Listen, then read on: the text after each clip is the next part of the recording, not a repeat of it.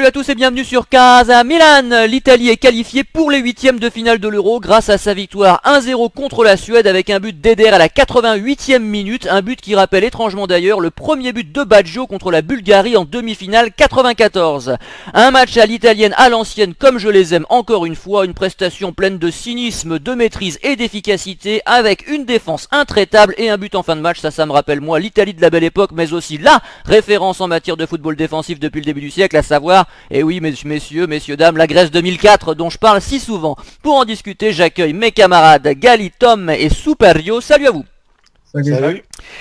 Superio, cries-tu avec les loups contre ce type de prestation qui exaspère en gros 95% des amateurs de football commercial, ou fais-tu partie des rares qui raffolent de ces parties d'échecs qui voient les défenses prendre l'ascendant sur les attaques? Je suis plutôt de la deuxième catégorie. Après, ça fait partie de l'identité italienne, hein, bien savoir défendre, être cynique, réaliste, c'est des valeurs qui ont porté leurs fruits et nous ont permis de gagner des campagnes européennes au niveau des clubs et des Coupes du Monde. Hein. La Coupe du Monde gagnée en 82, on retient souvent Paolo Rossi, mais il faut aussi se souvenir qu'il y avait Gentile, Chirea derrière. Hein. Le Maradona s'en souvient aussi, je crois. Oui, le marquage de Gentile en 82 était mémorable. Bien, Gali, ton avis, ton opinion? Bah, après, moi j'ai vu que la deuxième mi-temps, malheureusement, j'ai raté la première mi-temps. De ce que j'ai vu, je sais pas trop en fait, parce que les Suédois jouaient très très bas en fait. Hein. C'était pas non plus. Donc nous on a bien joué en bloc, mais j'ai pas vu une grande Suède. Ils nous ont un peu dérangé parce que ils étaient tous derrière, ça jouait, il y avait un petit rythme, donc nous ça nous allait très très bien. Et voilà, après on va en discuter un peu plus longtemps sur le match, mais bon, je sais pas si c'est par notre bloc il est solide, mais je pense qu'on n'a pas voulu forcément attaquer, et on n'avait pas les moyens d'attaquer surtout, parce que encore une fois les Suédois étaient bien en place derrière, et j'ai pas compris pourquoi ils ont joué le match en fait, la Suède, parce que c'était à eux de faire le jeu. J'ai pas tellement compris leur délire là. Bon, on marque le but. Après, d'un coup, ils se réveillent, les mecs, mais oh, ils ont joué à quoi là? Ils voulaient jouer le nul contre nous pour après espérer gagner la Belgique. J'ai pas tellement compris leur délire. Parce que nous, finalement, le 0-0, ça nous allait très bien. Et j'avais cette impression-là quand j'ai vu la deuxième mi-temps. Je me suis même demandé si on voulait marquer, parce que on était bien en place, pas inquiet. C'était plus à eux de venir nous chercher qu'à nous de prendre des risques en fait. Parce que nous, on avait gagné le premier match. Et voilà, on a été réaliste, c'est très très bien, on est qualifié. Impeccable. Bah oui, on a concédé aucune occasion. Hein. Alors c'est vrai, quand on s'en est pas créé beaucoup non plus, il y a la tête de Parolo sur la barre sur un magnifique centre de Jack Chiellini d'ailleurs à la 82e minute. Et donc ce but, hein, ce joli but d'Eder. Tom, ce que dit Gali, je pense que tu seras d'accord, c'est-à-dire qu'on attendait de la Suède peut-être plus de velléité offensive, d'autant qu'ils avaient des points à prendre, ils avaient tout à prouver. Et au final, on a eu deux blocs face à face. Alors c'est pour ça que moi j'aime ça, hein. Je suis l'un des rares effectivement à aimer ces duels de défense, mais on a du mal à comprendre le jeu de la Suède ce soir, cet après-midi par contre, pardon. Ah oui, totalement. On avait dit dans la précédente émission que la Suède était bien moins forte que ce qu'on voulait nous faire croire, que c'était peut-être même l'équipe la plus faible de la poule, mais plus que le niveau, effectivement, c'est les intentions qui m'ont surprise, parce que effectivement, ils ont fait match nul contre l'Irlande, exactement, pardon. Ils ont fait match nul contre l'Irlande en ayant de grosses difficultés, et je me disais, bon, ils vont quand même essayer d'arracher au moins plus qu'un point, d'arracher les 3 points pour essayer d'avoir un petit matelas avant d'affronter la Belgique, et on n'a rien vu. Je pense qu'ils ont eu peur, entre guillemets, des contres italiens, ils ont dû voir jouer l'Italie lors du premier match lundi, et ils ont dû se dire, bon, bah, on va jouer en bloc, on va jouer très bas, et on va pas se laisser surprendre. Du coup, effectivement, nous on a eu quasiment aucune occasion, et en plus on a eu des approximations devant, mais par contre eux ils ont absolument rien fait. Donc et au final ça s'est retourné contre eux parce qu'on a fait sur une de nos rares actions construites en attaque, on a réussi à marquer. Donc ils se sont fait prendre à leur propre piège, et c'est peut-être ça qui m'embête le plus dans ce match-là, parce qu'effectivement, un peu comme toi, ça me dérange pas de voir l'Italie comme ça, parce que je pense de toute façon qu'elle ne peut jouer que comme ça, que en gros bloc. En revanche, que la Suède joue comme ça alors qu'ils étaient dans l'obligation de marquer et de gagner, ça me dérange plus. Du coup, j'ai une impression mitigée sur ce match, mais pas forcément du côté d'Italie. Ouais, alors moi sur l'Italie j'ai quand même une petite chose à redire. Effectivement, il y a un magnifique bloc défensif, ça je crois que tout le monde l'aura remarqué, ça aura, j'imagine, choqué évidemment, je le répète, hein, les supporters notamment francophones qui sont plus amateurs d'un jeu tourné vers l'attaque. Mais bon, on s'en remet à chaque fois sur un but un peu coup du sort. Alors Eder joue évidemment magnifiquement bien le coup. La dernière fois, c'est Jack Chiellini qui marque.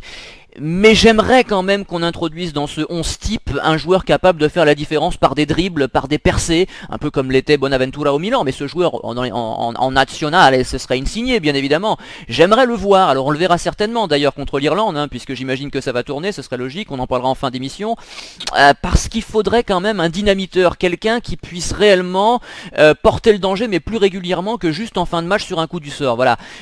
Autant défensivement, collectivement c'est très bien, autant l'animation offensive laisse un peu à désirer, et on n'affrontera pas toujours une équipe qui nous fera bénéficier de toutes ces largesses défensives là, même si les défenses ont bien baissé depuis les années 90, il y a quand même des équipes qui sont un petit peu plus sérieuses derrière que la Belgique et la Suède. Superio.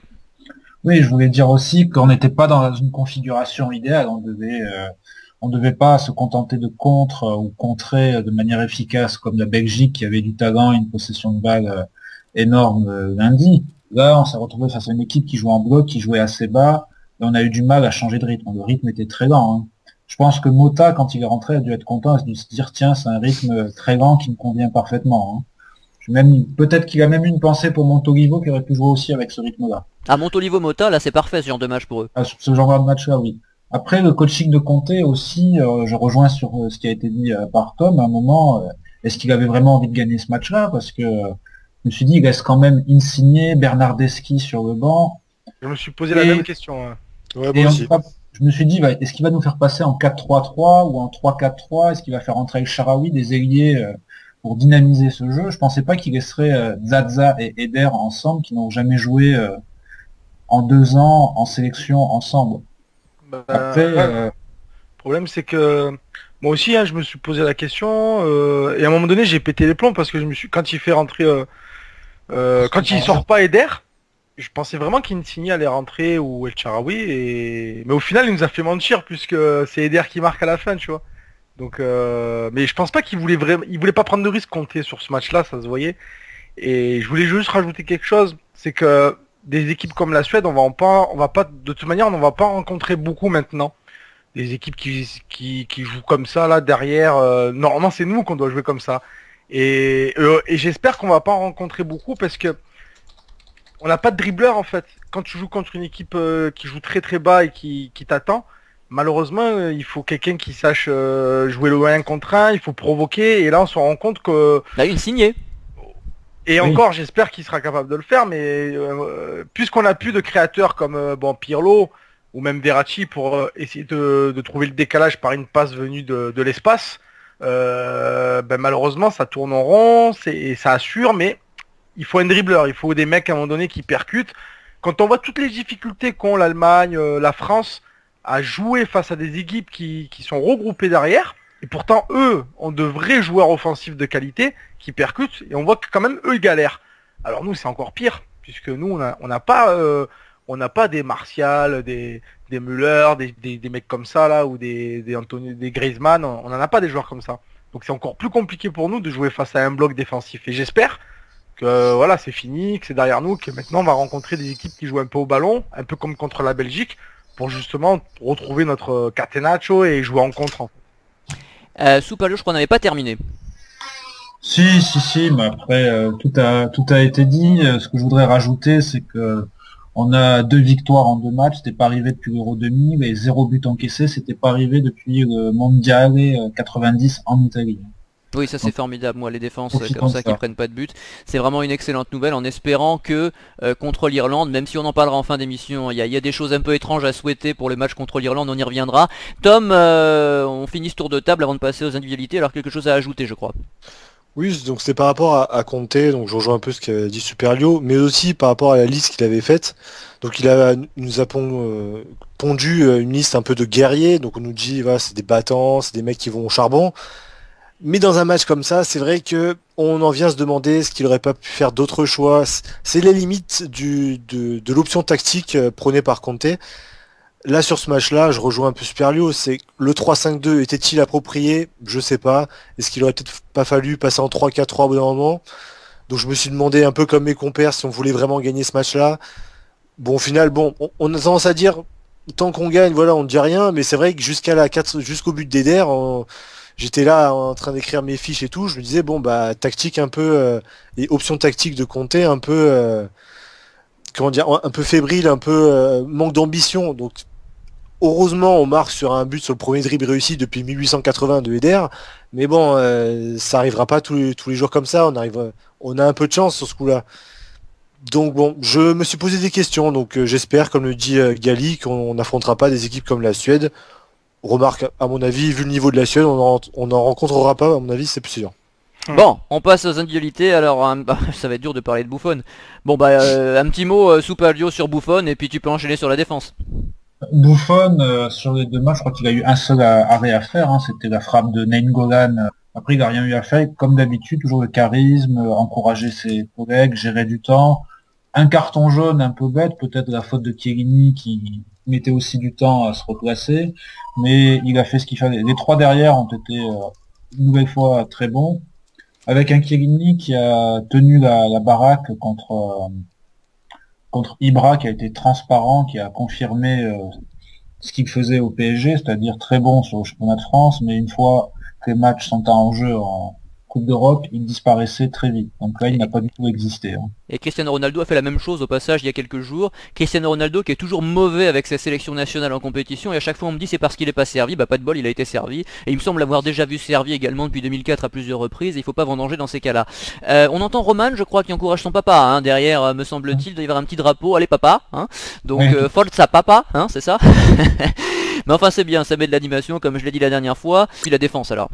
Oui, les 3 défenseurs, je te disais, ont été exemplaires au niveau du placement. Les bons ballons suédois ne les ont pas gênés, ils ont tous bien coulissé. Bonucci a été encore une fois très bon, et Chiellini, dans son duel homme à homme avec Ibrahimovic, est sorti vainqueur haut la main de ce duel. Donc un très bon match de la défense qui continue comme ça. Très bien, Gali. Ouais, très bon match de la défense. Après, ce que je remarque, c'est que Chiellini nous apporte énormément offensivement dans la percussion. Là, quand il prend le ballon, qu'il avance, même si des fois il exagère, c'est un peu dangereux. Mais putain, ça fait du bien de voir un défenseur qui participe au jeu, au milieu de terrain en fait. Parce qu'il a souvent tendance à ça part de derrière en fait le jeu de l'Italie. On a quand même 3 défenseurs, on s'appuie beaucoup sur eux-mêmes, sur les relances, et Chiellini il a souvent tendance à participer au jeu au milieu de terrain, et c'est plutôt pas mal, je trouve. Ça soulage. Voilà. Moi j'aime bien Chiellini. Pour l'instant, depuis le début de l'Euro, on voit que Chiellini, je sais pas, il a la grinta, il se bagarre. Aujourd'hui, il a gagné son duel avec Zlatan pour moi. Voilà, les 3 derrière pour l'instant, on prend pas un pion, donc rien à dire quoi. Après Chiellini, Gali, le truc c'est que face aux géants suédois un peu lourds et un peu lents, il se débrouille effectivement. Moi j'ai hâte de le revoir face aux feux follets espagnols ou face aux jeunes attaquants anglais. Ça risque d'être un petit peu plus compliqué parce que dès que ça va vite, c'est un peu comme Thiago Motta, hein. Après, je sais pas, voilà. Après, il faut voir parce que encore une fois, notre défense, elle est très très bonne. Maintenant, elle est pas infaillible. On peut prendre des grosses cartouches malgré tout. Ça peut nous arriver. On a vu un petit aperçu avec la Belgique où c'est vrai que les Belges, pour moi, faut avoir 2 grosses occasions. Voilà, ça arrivera pas tous les jours que les adversaires vont foirer des occasions comme ça. Aujourd'hui, on n'a rien vu, sauf à un moment donné, les Belges, quand ils se sont un peu affolés à la fin, on a été en panique dans la surface. Il faudra voir parce que aujourd'hui, on a rencontré une équipe de Belgique qui a déjoué, qui a été maladroite. Suédoise. Non mais le premier match. Ah, le premier match. Pour la défense, ouais. Donc c'est passé. Ils ont raté 2 grosses occasions. Aujourd'hui, on rencontre des Suédois qui jouent pas. Donc c'est passé aussi. Donc maintenant, c'est très très bien. Les 3 défenseurs ils sont bien en place. Mais je m'avance pas trop en fait. Je suis pas non plus super confiant. Pour moi, rien n'est acquis parce que j'oublie pas la bandée qu'on a pris contre l'Allemagne. Alors je sais plus si c'était eux qui étaient là tous les 3. Voilà, je sais que ça peut aller très très vite le ballon et que on verra. Mais aujourd'hui, rien à dire. Ah bah Gali a supporté Marseille toute l'année et il a du courage, hein, qu'est-ce que je vous dise. Enfin en même temps, nous avec Milan, on n'est pas forcément mieux. Donc enfin non, si on est quand même un petit peu mieux avec Milan qu'avec Marseille quand même, faut pas déconner. Bon Tom, un petit mot sur Buffon, je crois, une petite réflexion insolite, et puis sur la défense. Buffon, si, il a quand même eu quelque chose à faire, il a quand même réussi sa célébration. Donc je sais pas si vous avez vu après le match contre la Belgique où il avait Si. essayé de s'agripper à transversal et où il était tombé, il aurait même failli se blesser. Ouais. Et il a quand même retenté après le match d'aujourd'hui contre la Suède et il l'a réussi. Donc match parfait pour lui. Pour la défense, rien à dire. Même si la Suède c'était très très faible au niveau offensif, il y a quand même les deux meilleurs joueurs suédois qui étaient les deux attaquants avec Ibrahimovic et Guidetti, le joueur du Celta Vigo. Et ils ont été quasiment inexistants. Les trois défenseurs, j'ai rien à dire, si ce n'est un léger bémol sur les relances où on a l'habitude peut-être de voir Bonucci justement réussir quasiment toutes ses relances et être un très bon relanceur et envoyer de très belles transversales. Là, je trouvais qu'aujourd'hui, il y avait un peu de déchets. Après, peut-être que c'était aussi dû aux faibles espaces laissés par les Suédois. Et comme Superlio, je vais rendre hommage à Chiellini. Et autant il nous a souvent habitués à être très mauvais, autant je crois qu'il y a eu une statistique comme quoi son équipe ne prenait jamais un but quand Chiellini affrontait Ibrahimovic. Et ben ça s'est vérifié parce qu'Ibrahimovic, on ne l'a quasiment jamais vu. C'était quasiment du homme à homme et il a été parfait. Rien à dire sur Chiellini. C'est même lui qui envoie une touche superbe qui amène le but, il faut quand même le souligner. Donc rien à dire, qui continue comme ça parce qu'il nous a souvent habitués à être bien plus mauvais. Donc on va toucher du bois et espérer que ça continue jusqu'au bout ou jusqu'à le plus loin possible. À noter que Zlatan a eu une très très grosse occasion, mais il était hors jeu. Heureusement pour lui d'ailleurs, parce que s'il n'est pas hors jeu et qu'il vendange donc officiellement cette occasion, quand il tire à côté, là qu'il est au deuxième poteau tout seul, qu'il a plus qu'à la Florenzi fait un pousser. très bon pas, fait un très bon pas en avant. Il fait Oui, exprès, bien sûr. Florenzi. Je pense parce qu'il fait vraiment le pas en avant, un pas volontaire, je pense qu'il fait exprès. Non mais la défense italienne a bien joué le coup, c'est vrai. Mais vous imaginez Zlatan qui bouffe la feuille quoi. Hein. C'est un peu comme Ronaldo d'ailleurs, je le répète, qui a bouffé. Alors c'était pas aussi flagrant, mais quand même. Eh bien, ça fait du tort à son pays, à sa fierté évidemment, son immense fierté. Il a été servi, je crois d'ailleurs, au niveau de la glacière italienne pour boire un coup à un moment donné. Ça m'a fait rigoler Zlatan qui est chez lui partout, comme le disait le commentateur de beIN Sport. Bon, on passe au milieu de terrain avec Superlio. Le milieu de terrain était très lent dans les transmissions, avec des longues ouvertures qui ont parfois n'ont servi à rien, pardon. De Rossi a été bon devant la défense, prend un carton jaune assez bête. Parolo, je l'ai trouvé plutôt intéressant dans ses projections offensives, et c'est lui qui finalement a la meilleure occasion italienne, et Giaccherini très décevant en deçà de son match. Il s'est mis vraiment à rentrer dans son match que dans les 20 dernières minutes où il réussit son seul dribble du match pour un centre qui ne trouve pas preneur. L'effet qui se coule Giaccherini pour l'instant passé, j'espère qu'il sera plus frais en huitième de finale. Après, j'enchaîne sur les latéraux. Candreva, très bon. Le problème, c'est que ses centres n'étaient jamais coupés au premier poteau. Combien de fois Isaacson a pu prendre tranquillement la balle. Et Florenzi, j'ai été surpris de voir titularisé à gauche. Je m'attendais plutôt à un De Sciglio, parce que je n'ai pas souvenir que Florenzi ait souvent joué arrière latéral ou milieu gauche à la Roma. Il jouait plutôt à droite, me semble-t-il. Oui, bien sûr, oui. Et il a fait son match en étant assez intéressant dans son replacement défensif et dans ses actions offensives. Hein. Même le petit Sturaro qui est rentré, qui a fêté sa première sélection, a tenu la baraque et a participé à la consolidation du score. A noter qu'on annonce Giaccherini et Immobile, c'est la rumeur du jour, au Milan la saison prochaine. Alors je précise que même s'ils sont italiens, j'en veux aucun des deux. Gali, à toi. Alors moi de ce que j'ai vu en deuxième mi-temps, c'est compliqué de parler du milieu de terrain. Je sais même pas qui a. Bon, on a dû gagner la bataille au milieu de terrain, donc les trois, De Rossi, Parolo, Giaccherini, ont pas dû être forcément mauvais, mais encore une fois, par rapport à l'adversaire qui jouait très bas, c'est compliqué de parler de ça. Maintenant, techniquement, c'est assez faible selon moi. Techniquement, ça manque de créativité, notamment dans ce type de match. Donc même si Parolo a eu une belle occasion, bon, il a manqué, mais je pense que techniquement on va subir quand même pendant cet Euro parce que De Rossi très très bon devant la défense, mais j'ai été habitué à mieux quoi au niveau de l'Italie, au niveau de la créativité, au niveau des transversales. Tu m'étonnes, t'as connu Albertini, Dino Baggio, des joueurs comme ça, donc forcément oui, ça fait une différence. Voilà, et je pense que là, sincèrement, bon, on parle pas des absents, mais là, il est vraiment, surtout sur ce type de match-là, il nous manque un petit Marco Verratti, quoi. Ou Marquisio même. Ouais, il manque un mec capable de faire la différence, de trouver nos attaquants dans la profondeur, une balle créative, quoi. La créativité à l'italienne, un peu, tu vois. Et là, bon, c'est bien, ils sont solides, hein, mais c'est pas non plus top, quoi. Après, Mais les ça latéraux- correspond, Gali, au jeu de Conte, c'est-à-dire qu'il a voulu mettre des bûcherons, alors en faisant avec les absents. On sait tous que Marchisio et Verratti auraient été titulaires s'ils avaient été valides, c'est évident. Mais je veux dire, à partir du moment où il y avait cette qu'il fait donnée-là, peur. ce qui est dommage, c'est qu'il n'ait pas pris Jorginho, ça on l'a dit hein, avant l'Euro. Non. Après, moi encore, ça, c'est, j'ai compris pourquoi il a pas pris tout ça. Après, moi, ce qui me fait peur sur De Rossi, j'aimerais bien savoir, bon, il le fait sortir 2 fois à 20 minutes de la fin. Bon, j'espère que c'est pas parce qu'il est cramé physiquement, parce que sincèrement, c'est pas bon quand tu commences à... Parce qu'il fait rentrer Mota, alors je pense que tactiquement, il fait rentrer Mota parce que il a besoin d'un mec pour mettre le pied sur l'homme, pour durcir un peu son jeu, mais j'espère quand même que De Rossi, il a 90 minutes, voire 120 minutes dans les jambes. Je sais pas ce que vous en pensez. Bon, déjà, j'espère. ça va peut-être tourner un petit peu au cours du troisième match, donc il est possible que De Rossi soit frais pour les huitièmes de finale. J'espère. Parce que je pense qu'il n'y a pas photo entre les deux, parce que Thiago Ah non. Motta et De Rossi, ils ont pas du tout le même profil. Pour moi, Mota, quand il le fait rentrer, comme contre la Belgique, c'est les consignes, c'est à mon avis, s'il joue dur sur l'homme, il faut qu'on garde le résultat. Et Non quand mais De Rossi c'est courir surtout, c'est la différence entre les deux.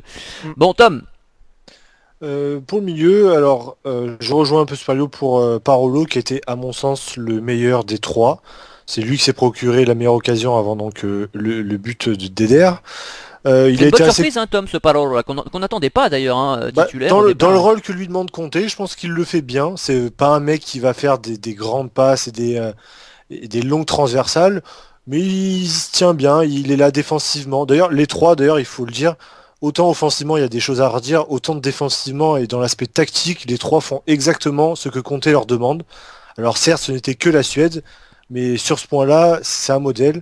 Je ne sais pas si vous avez vu sur les réseaux sociaux, après le premier match, on a vu une vision d'ensemble de tout le bloc italien face à la Belgique. C'était quelque chose d'admirable. Je pense que MJ t'aura adoré. Ah oui bien sûr, Et, ça m'a rappelé la finale de l'Euro 2000 contre la France. Alors avec moins de C'était- talent bien sûr, mais c'est le même type de replacement, ça coulisse, c'est parfait.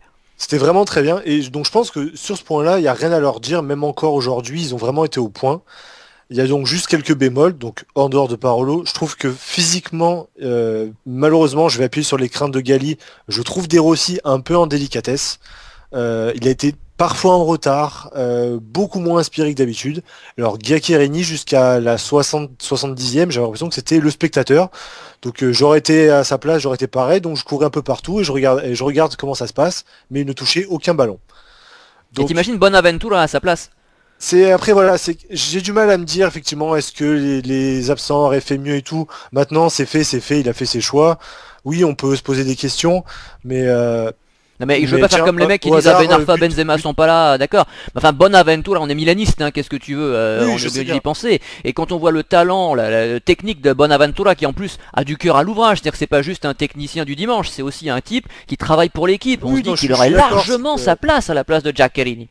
bah, c'est ça le problème, c'est que je pense que c'est des joueurs qui arrivent des fois à transmettre bien le ballon, mais quand il y a beaucoup d'espace et tout, c'est pas des mecs qui vont arriver à lancer parfaitement un mec sur une superbe passe.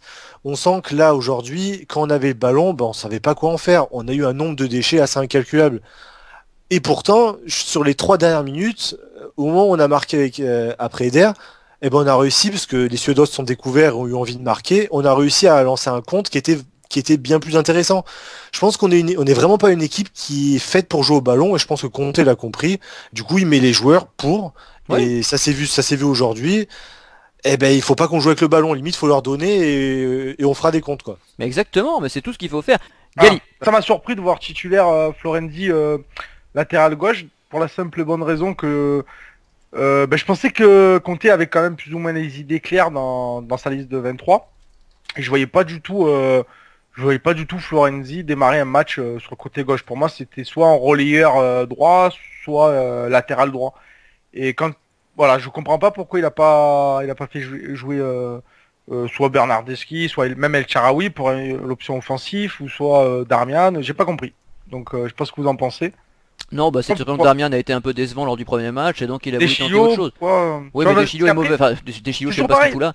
Après, t'as des joueurs comme Insigne, et j'ai un peu peur, je me dis, mais en fait, ils vont jouer quand? Tu vois? Ah bah contre l'Irlande, et si jamais il s'affirme contre l'Irlande, on pourra en reparler au moins pour les dernières minutes du huitième de finale. Mais titulaire, malheureusement, j'ai peur qu'on ne le voit jamais.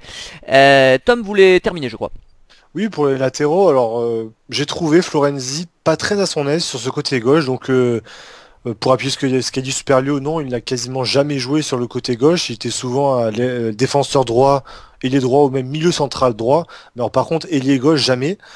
Il a fait 2-3 bonnes actions, je crois comment il fait une belle feinte en première mi-temps, où malheureusement il a du mal à conclure l'action, mais je le sentais pas à l'aise, alors défensivement il a fait le travail, après est-ce que c'était la meilleure option? Je sais pas.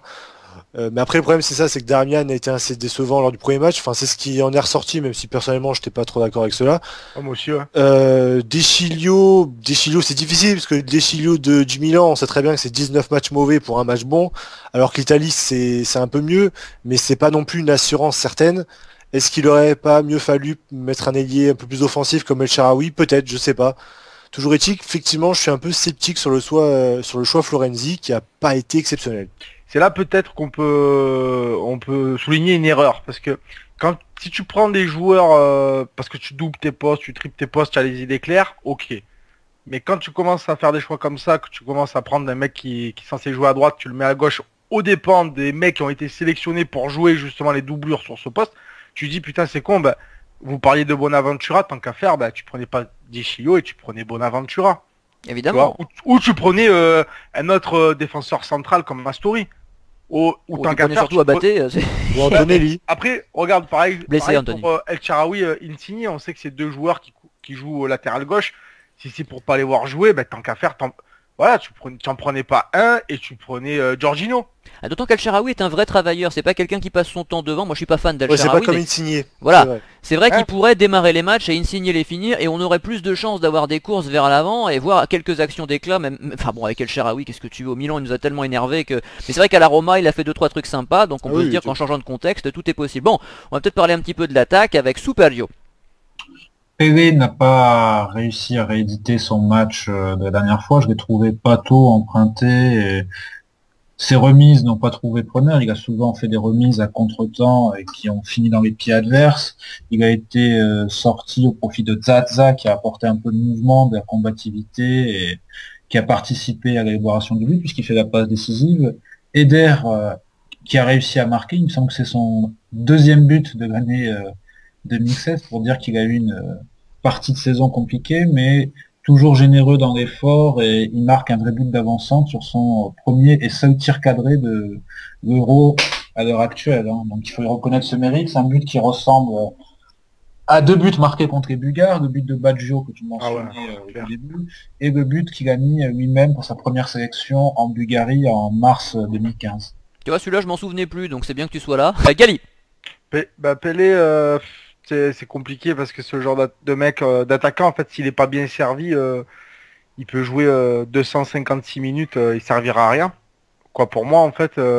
Donc, en fait, lui, son match, il va dépendre de la qualité des centres et de la qualité des combinaisons, en fait, hein, parce que après, c'est pas le type de mec qui va t'éliminer 3 joueurs et marquer un but. Donc, aujourd'hui, il a pas été bien servi, ses déviations ont pas trop bien marché, il a pas bien combiné. Bon, tant pis, ça marchera peut-être la prochaine fois. Zaza, il est rentré, il a apporté un peu de fraîcheur, mais il s'est pas montré à son avantage pour moi, parce qu'il a un profil différent de Pelé, c'est-à-dire que lui il peut faire la différence par un petit geste technique ou par un dribble, il a pas fait.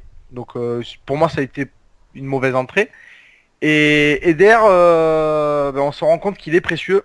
On se rend compte qu'il est précieux, peut-être pas pour marquer des buts, même s'il a marqué aujourd'hui, mais on se rend compte que il va au charbon, il va au pressing. Je sais pas si vous remarquez, souvent il va au pressing au gardien. Et c'est très, très appréciable de voir un joueur comme ça qui est hargneux, qui met le pied et qui est combatif, quoi. Et d'ailleurs, c'est pour ça que Conte le sort pas. Je pensais qu'il allait le sortir et finalement, il a eu raison de pas le sortir, encore une fois. Mais aujourd'hui, Conte compte vraiment sur lui parce que il a du coffre. Il a du coffre et il envoie la sauce, quoi. Et je pense pas qu'Insigne peut faire pareil, pour moi, même s'il est beaucoup plus talentueux. Ah, ne pas sous-estimer Insigne quand même, parce qu'on a tendance à dire que oui, ce qu'il fait à Naples, il peut pas le faire en sélection, que physiquement c'est trop fragile, etc. On aurait peut-être besoin d'un peu plus de génie devant quand même, hein. Alors pas forcément titulaire à tous les matchs, bien sûr, mais je trouve que sans passer complètement, c'est assez risqué. Et alors tant qu'évidemment on continue à gagner de cette façon-là, tout va bien, mais j'ai du mal à penser que ça marche comme ça jusqu'à la finale, hein. Donc à un moment donné, il faudra quand même des débloqueurs de situation, et mieux qu'Insigne, en tout cas dans ces 23, parmi ces 23, je vois pas. Ah non, il n'y en a pas. Mais par contre, pour remplacer un mec comme Eder, en seconde pointe, parce qu'il a lui, il a vraiment le profil de la seconde pointe, parce que il en fait des kilomètres le bonhomme, et je pense qu'il physiquement, il tient plus la route qu'Insigne pour moi. C'est-à-dire que il sera peut-être plus résistant, parce qu'Insigne c'est quand même vraiment un petit gabarit, hein. C'est pas le mec qui peut mettre un coup d'épaule ou envoyer le pied comme il fait le joueur de l'Inter, tu vois. Insigne pour moi, ça c'est un ailier. Voilà, pour moi Bon. ça reste un ailier et je le vois pas du tout en seconde pointe jouer dos au but comme ça, se retourner. Je l'imagine pas. Mais c'est un très bon ailier. Non mais jouer face au but et dribbler deux adversaires de temps en temps, ça peut être utile, faire la différence d'une autre façon. Donc c'est pas quelque chose à négliger quoi, hein. Et c'est l'un des rares, enfin c'est le seul même à mon avis qui soit capable de le faire dans cette équipe, même si j'attends beaucoup aussi de Bernardeschi, mais qui est peut-être un peu jeune donc il a du mal à mon avis à le lancer. On verra bien Tom sur cette attaque. Très en difficulté, notamment en première période. Pelé a raté un peu ses transmissions. L'entente même Pelé-Eder a été bien moins bonne que lundi. J'aurais me demandé si Pelé c'est pas le plus un profil d'attaquant qu'on pourrait utiliser en cas pareil de jeu en contre et tout. Là dans les petits espaces avec justement aussi peu de ballons qu'on peut lui filer, il n'a pas fait grand chose, les centres étaient pas très bons. Après c'est difficile de l'incriminer, à part pour les passes qui étaient effectivement très très mauvaises. Mais c'est vraiment un gros buteur, c'est un joueur de tête. Et à partir du moment où les centres sont pas là, les passes sont pas là et qu'il n'a eu aucun vrai bon ballon, difficile. Justement, je réagis avec les ballons. Il faut savoir qu'Eder, jusqu'à donc son but, il était abominable sur le plan offensif. En première période, il ne fait aucune passe. C'est même pas une exagération. C'était une stat, il n'avait fait aucune passe. Donc c'est dire donc que ce joueur n'a pas été très bon pendant au moins 60 minutes. Après, j'ai eu du mal à comprendre le fait qu'il soit resté sur le terrain, vu les joueurs, donc on pense à Insigne, etc., tu les as cités. Mais en attendant, il marque ce but à la fin, donc on a tendance à dire, bon bah voilà, hein, on a eu tort, j'ai eu tort de penser qu'il devait sortir, il a réussi à marquer son but, tant mieux pour lui.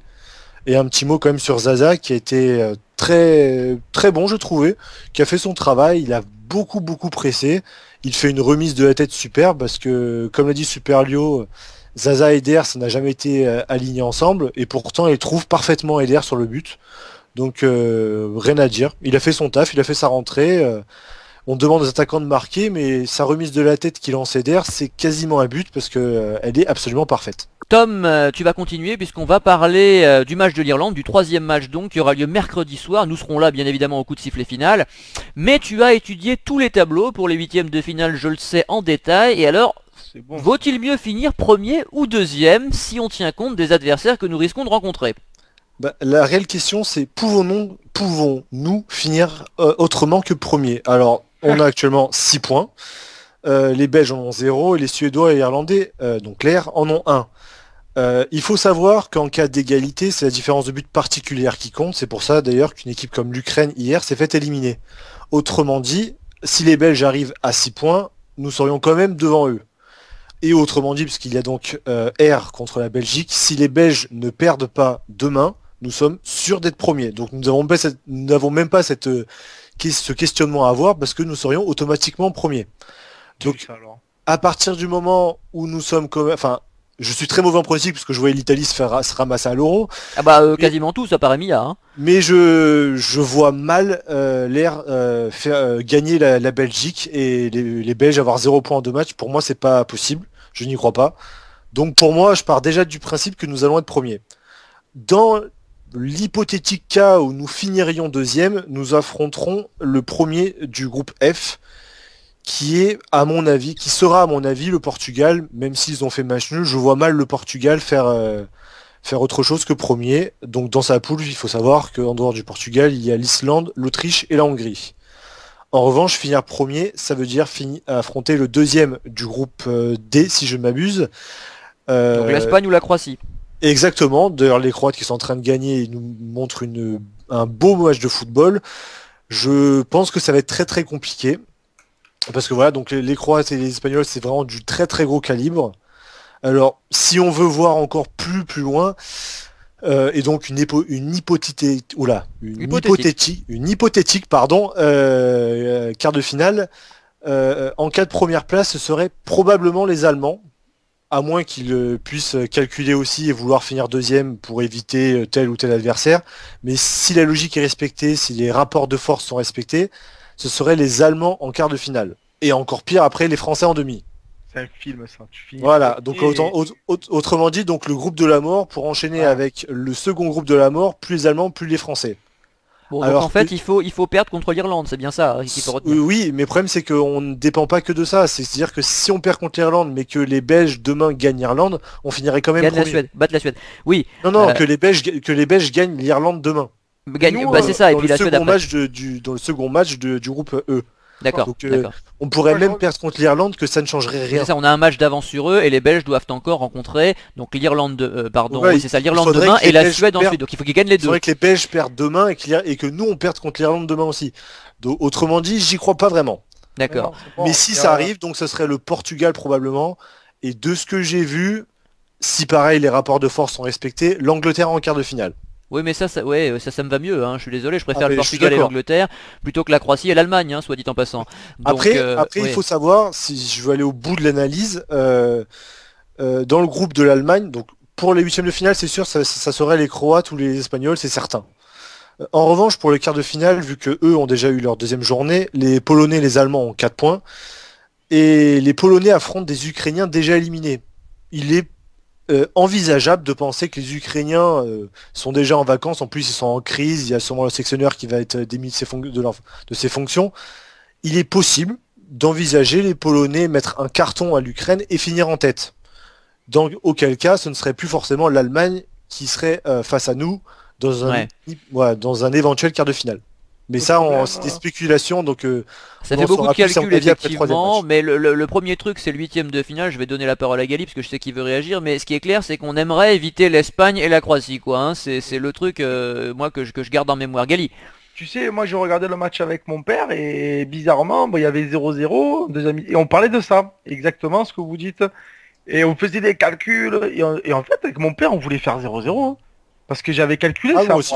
Mais tu vois, et je me disais même, avec mon père on disait, mais je suis sûr que Conté il a calculé ça, c'est pour ça qu'on joue comme ça, qu'il fait pas rentrer une signée. Et donc il fallait sortir Eder finalement. Bah, non mais parce que c'est un truc de fou cette Euro limite. Je crois que si tu finis meilleur troisième dans notre groupe, tu peux te taper peut-être la Suisse en huitième de finale, tu vois. La France. Ouais, ou la Suisse, parce que il peut y avoir un match nul contre Suisse-France là.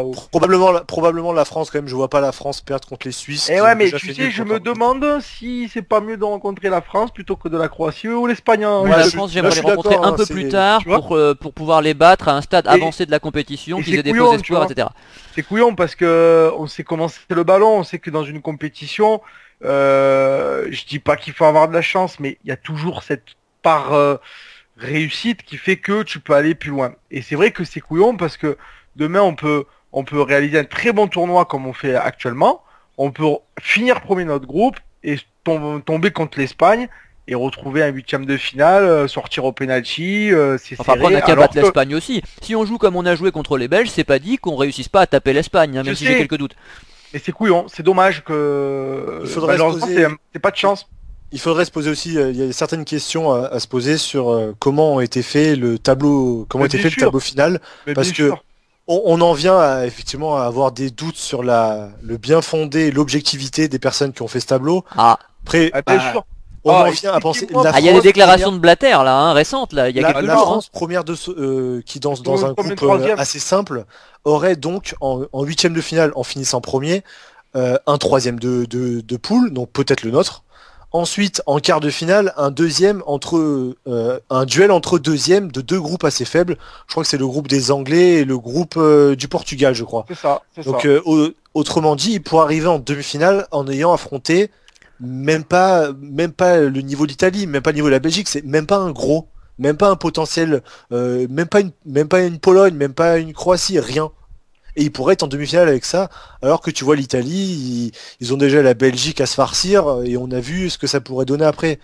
Il y a quand même un sacré décalage. La question c'est pourquoi, moi j'ai horreur de ça en fait, de poids de mesure, pourquoi tu as des groupes qui ont la possibilité de finir premier, donc là c'est intéressant parce que tu tombes contre un troisième, comme c'est le cas du groupe de la France ou de l'Allemagne ou d'Angleterre si je ne me trompe pas, Et pourquoi t'as Oui. des punis? Pour moi, c'est pas logique, c'est pas cohérent. Pourquoi le groupe de l'Italie, comme par hasard, C'est le les nôtre, incohérences, c'est les incohérences d'un Aura à 24 où ils sont obligés bien de sûr, dépouiller normalement, avec des trucs. le L'Euro à 16, règlement, il c'était est bien pareil plus simple. pour tout le monde. Tu vois, tu peux pas avoir un règlement à deux vitesses comme ça. Alors, ce groupe-là, il va se choper un troisième si tu finis premier.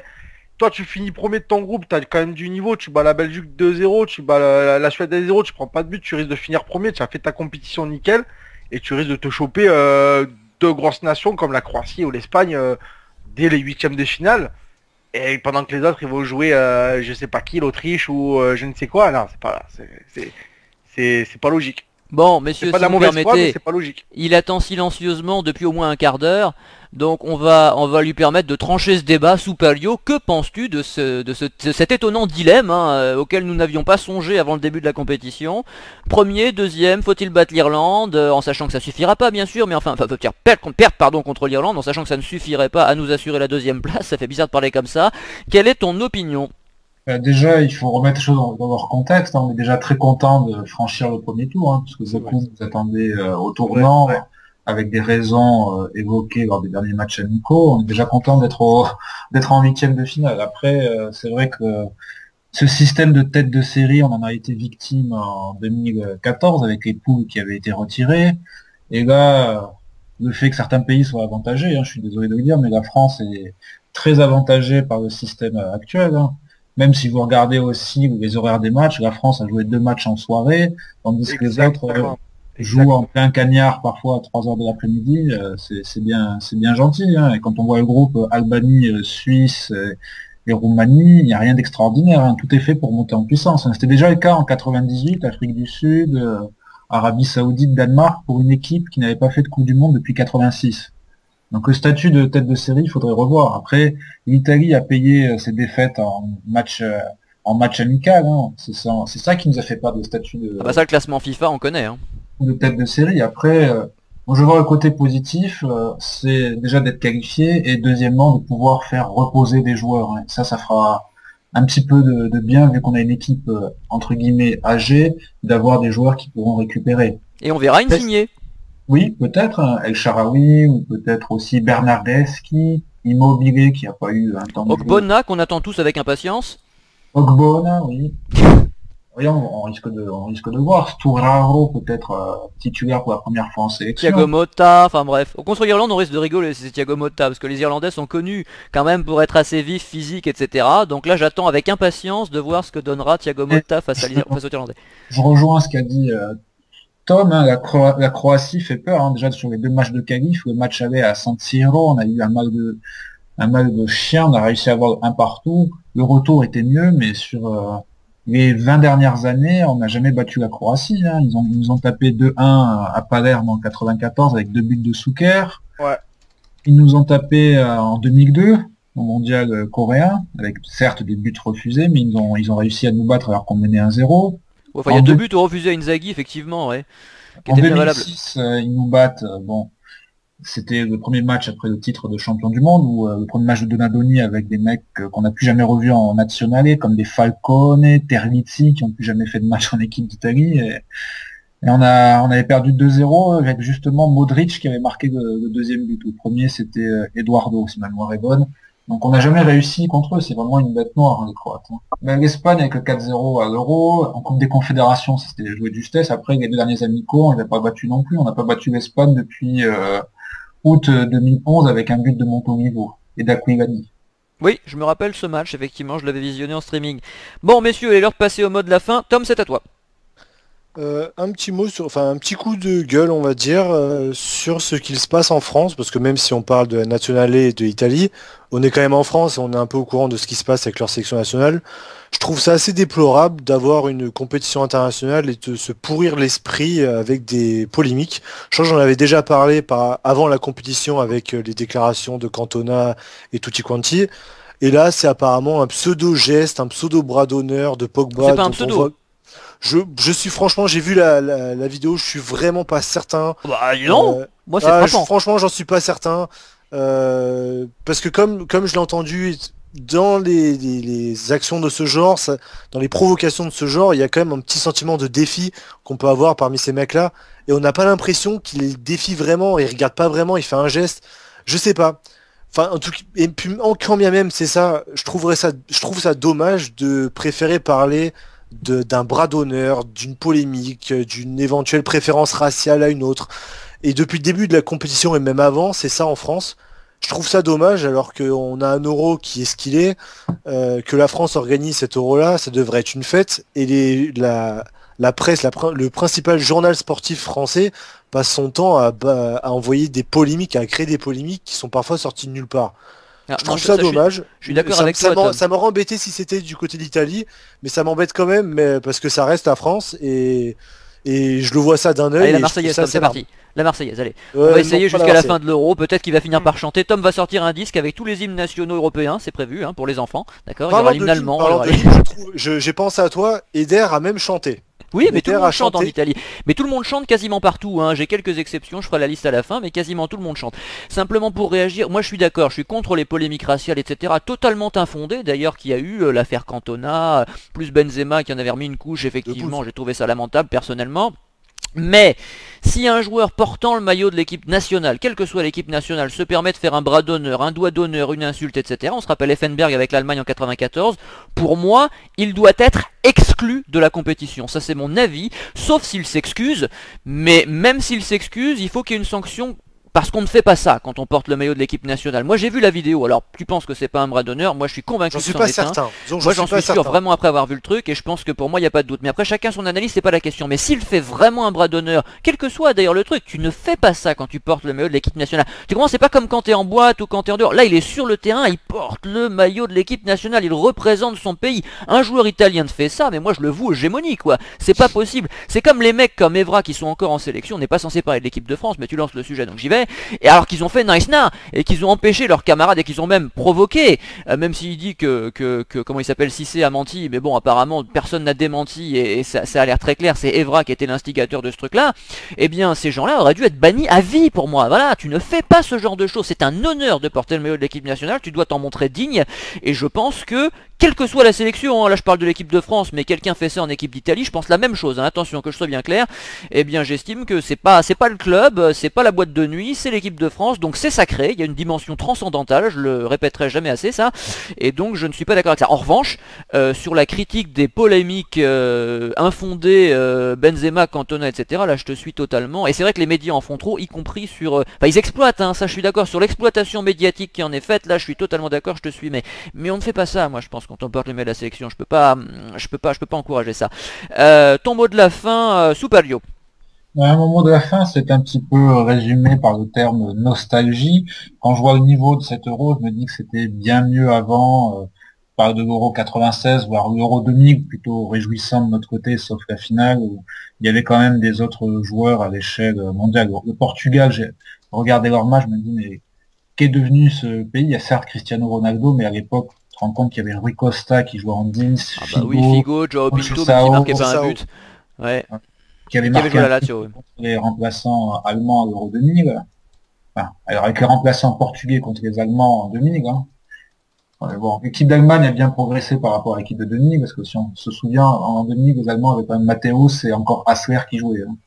Donc eux ont su se réinventer, ont su former des jeunes, chose qu'on devrait essayer de faire davantage chez nous. Ah bah ça, oui, ça j'ai pas besoin d'ajouter quoi que ce soit, puisque là pour le coup, évidemment, on passe, ça fait 7 ans qu'on dit ça dans l'émission, donc c'est tellement évident. Cela dit, la passion, la ferveur populaire est toujours là, vous le remarquez, et davantage que pour les clubs. Donc même avec un niveau qui baisse, les gens sont davantage devant les matchs pour regarder les sélections nationales. Et moi ça me fait plaisir, et j'espère que justement, finira par faire jouer les jeunes pour qu'il y ait à la fois la passion et le niveau. Gali, ton mot de la fin. Ouais, mon mot de la fin, c'est vrai on en a pas vrai. Tout à l'heure, Superlio le disait, c'est vrai que voilà, aujourd'hui on est qualifié, on s'y attendait pas forcément, on avait des doutes, donc c'est très très bien. On sort quand même d'un mondial 2014 où on sort pas du premier tour. Voilà, 2 matchs, 2 victoires, pas de but encaissé, que demander de mieux. Tout n'est pas parfait, mais si ça allait quand même, hein, puisque voilà, je suis content, on est qualifié, franchement, je suis super content. Parce que je faisais partie de ceux qui avaient des craintes et je suis soulagé. Voilà, ce soir je suis soulagé et je vais bien dormir et voilà, notre équipe me rend fier. Ça, je tiens à le souligner parce que on a la chance d'avoir une équipe nationale, comme tu disais, où voilà, il n'y a pas de mauvais gestes, il n'y a pas de... Les mecs qui chantent l'hymne national, on sent qu'il y a quand même de l'amour pour le maillot, ils se bagarrent. Et ça, moi, ça me rend fier. Limite, plus que le résultat. Parce qu'aujourd'hui, en tant que supporter, je regarde un match pour gagner le match. Mais je regarde aussi les bonhommes, ces 11 millionnaires là qui courent après un ballon et qui, au final, tu te rends compte, ben voilà, ils y vont. Et ça me rend fier et c'est très bien comme ça. Voilà.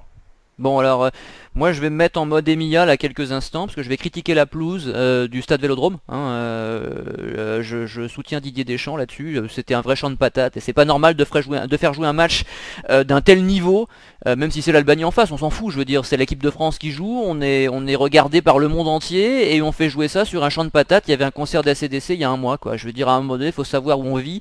Je trouve ça lamentable, c'est pas la première fois que la pelouse est critiquée depuis le début de cet Euro, et pas qu'à Marseille, et et c'est là où je voulais en venir, un peu stupéfait de constater que le Parc des Princes n'a pas été retenu pour, je crois, au-delà des quarts de finale. Il n'y a pas une seule demi, je crois même pas un seul quart. Il me semble qu'il s'arrête en 8ème au Parc des Princes, alors qu'il y a je sais pas combien de matchs au stade Vélodrome, y compris une demi-finale avec une pelouse pourrie, alors que depuis que le jardinier anglais, dont j'ai oublié le nom, a pris le contrôle de la pelouse du Parc des Princes, c'est lui qui chapeaute tout ça, on a une pelouse magnifique au parc, quoi. Donc j'ai du mal à saisir le Parc des Princes, même s'il n'a pas encore été rénové, je crois que c'est prévu pour l'année prochaine, est l'un des plus beaux stades de France, un stade mythique, un stade historique, et aurait mérité au moins une demi-finale. Pas la finale évidemment au Stade de France, mais une demi-finale, quoi. Ça aurait été normal, et un quart. Donc je suis un peu désappointé. Je suis pas supporter du PSG, hein, mais enfin voilà, je parle d'architecture, je parle d'infrastructure, je parle de qualité de pelouse. Je pense que c'est ce qui importe le plus quand on est joueur de foot. Bon, messieurs, nous nous retrouverons mercredi soir prochain. Alors là, dès le coup de sifflet final, puisque nous serons tous là, le match a lieu en soirée. Et ben, en souhaitant, enfin la qualification est déjà là bien sûr, mais en souhaitant, on aurait dû dire la première place, peut-être la deuxième du coup avec ce qu'on a dit, je sais pas, mais en souhaitant de toute façon que l'Italie eh bien n'en soit qu'au début de sa compétition et aille très loin. On en doutait, mais alors maintenant on prend les matchs les uns après les autres et puis on se dit qu'avec cette équipe là, avec ce collectif là, finalement tout est possible. Messieurs, je vous remercie, rendez-vous mercredi, salut. Salut. Ciao.